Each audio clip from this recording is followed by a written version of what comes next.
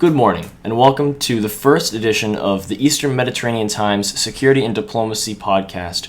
This podcast is going to be a weekly broadcast from the Institute of Eastern Mediterranean Studies in Boston in association with Emmanuel College Boston. And I'm your co-host, Martin Mont. And I'm your co-host, Joshua Litke. All right, and we'll jump right in. So this week we start off our news with Greek flooding. Massive floods in Greece from Storm Daniel. Do you want to give me a little bit of background on that, Josh? Yeah, of course. Yeah, so right now, Storm Daniel has ripped through central Greece and caused severe rain and heavy flooding across the central region and across numerous municipalities. 15 people have unfortunately passed away, while thousands have been rescued and evacuated from the area, according to the Greek Fire Service. So these storms come as wildfires have been tearing through the country of Greece and have claimed numerous lives and destroyed a lot of property and a lot of ecology in the country. And I think this is just showing how the Mediterranean as a whole is becoming kind of a hotbed for the climate crisis. Yeah, absolutely. You're seeing wildfires in Italy, Cyprus, Albania, all along the region, and you're seeing record-breaking temperatures alongside that as well. Yeah. And I think that sometimes it's important to remember that climate change is not only just the hot temperatures and the forest fires, it's also the massive weather events like these floods. Yes. And Greece is now going to be dealing with, again, on top of their fire displacement from the wildfires and their displacement from migration patterns. Now this is more displacement on top of that. And relocating their populations is going to be a challenge for the Greek government and for the European Union as well, as we're going to see aid come in from probably regional partners in order to deal with the problem. Yes, at the moment right now, aid has been mainly focused on immediate disaster relief. The European Union and its member states have been trying to send firefighters and equipment to help out with some of these disasters that are happening. But yes, I think the next step is going to be how do we rebuild and how do we relocate with these challenges. Yeah, and how do we improve? Because Greece is going to need to focus on their strategy for the future. We're already seeing these extreme weather events. We know that they're not going to get better. They're only going to get worse. There are more extreme events south of Greece. People are coming up trying to get into the European Union, and the Greek state is one of those border states that the European Union uses to kind of control the migrant populations within Europe and coming into Europe. And so they're going to have to be responding to these crises even more than some of the states north of them. So yes, definitely going to be something to look out for. Now, moving on to our next story, the Ethiopian dam, the Renaissance Dam, is kind of a criticism by Egypt, sparking another diplomatic debate and kind of tension here in the Eastern Med. Egypt says it's going to cause food instability and it's going to cause regional tension. Ethiopia says this is going to create energy efficiency and renewable source of energy for Ethiopia.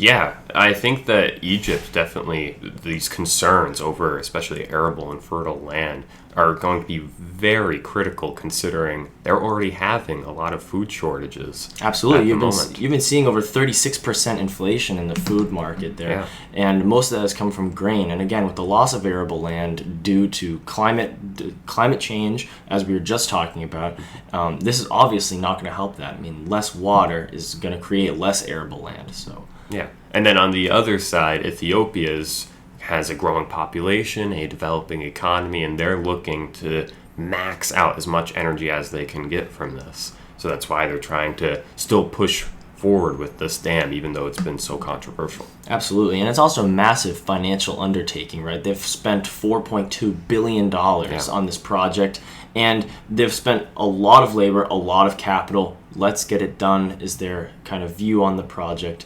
We'll figure out the diplomatic aspect afterward, and it's come under scrutiny. And there's also a security concern here because, again, Ethiopia, Egypt, the regional partner is Sudan. And Sudan was originally right along with Egypt in kind of its backlash against the dam project, but now with their political instability, they might not be as helpful a partner.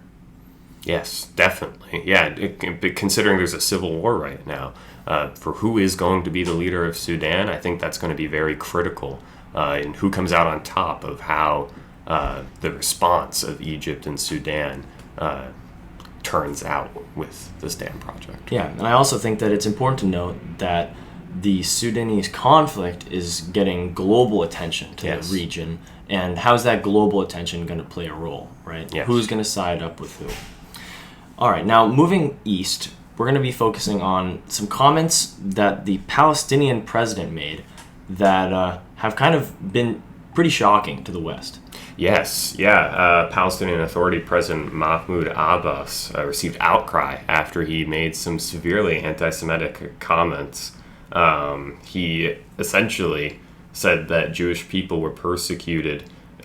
He falsely, I just want to make that clear, falsely stated that Jewish people were prosecuted for their lending practices during the Holocaust rather than their religion, which that flies in the face of truth and history. And this isn't the first time he's made some remarks like this, but it definitely comes at a critical time when the Israeli-Palestinian conflict has kind of been going through a roller coaster right now and might be at a tipping point, many people might say. Yeah, absolutely. And it obviously doesn't help with the want from a lot of states in the West for a two-state kind of peaceful solution and resolution to this conflict. Yes. If sides become more polarized, which they have in the past year, it's going to make that increasingly more challenging. Yes.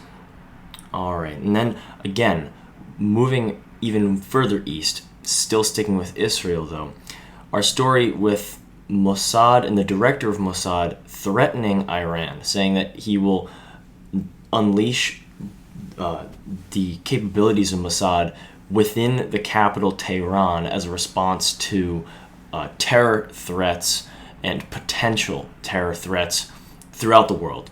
Mossad saying that they've eliminated threats in Europe, South Africa, and other countries, especially domestically within Israel, and saying that in response to these threats, they're going to come after the founder of these threats, which they claim is Iran.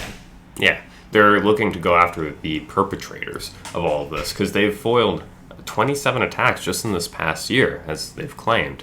And as a result, I think you're starting to see Mossad move into this global stage of they're looking to expand their operations beyond just the domestic aspects and really counter Islamic terror threats. Yeah, and that you've seen that started actually in 1972 after the German Olympic Games. Yes. Where Mossad took a very vocal approach on the global stage of responding to those threats and eliminating the threats that were to Israel and Israeli citizens after the unfortunate death of 11 hostages during those Olympic Games. Yes. And I think that Mossad has taken this approach of we go in and we take care of it, and we don't necessarily respond. We don't necessarily communicate with the countries that we're going into. We don't work with international rules and regulations. We go in, we do our job. Some countries are opposed to that. Yeah, I mean, that does have its benefits in some cases, but it could also be setting a dangerous precedent for intelligence agencies across the globe. Absolutely. So, as always, it's been Martin Mont And Joshua Litke. And this has been your Security and Diplomacy Briefing, Monday morning from Boston, the Eastern Mediterranean Times, in association with the Institute of Eastern Mediterranean Studies and Emmanuel College, Boston. And tune in next week for more, and subscribe to our weekly newsletter to get these briefings on paper. Have a wonderful day.